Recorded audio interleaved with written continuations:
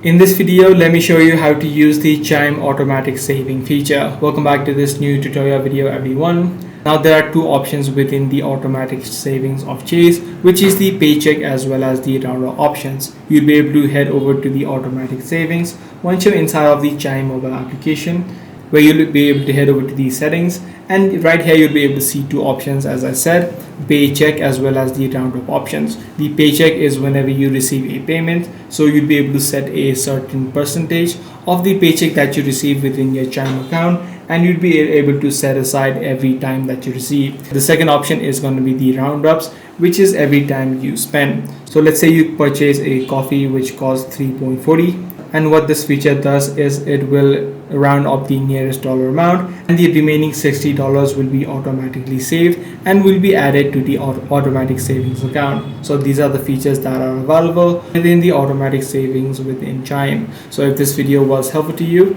be sure to subscribe, share, and also give this video a thumbs up.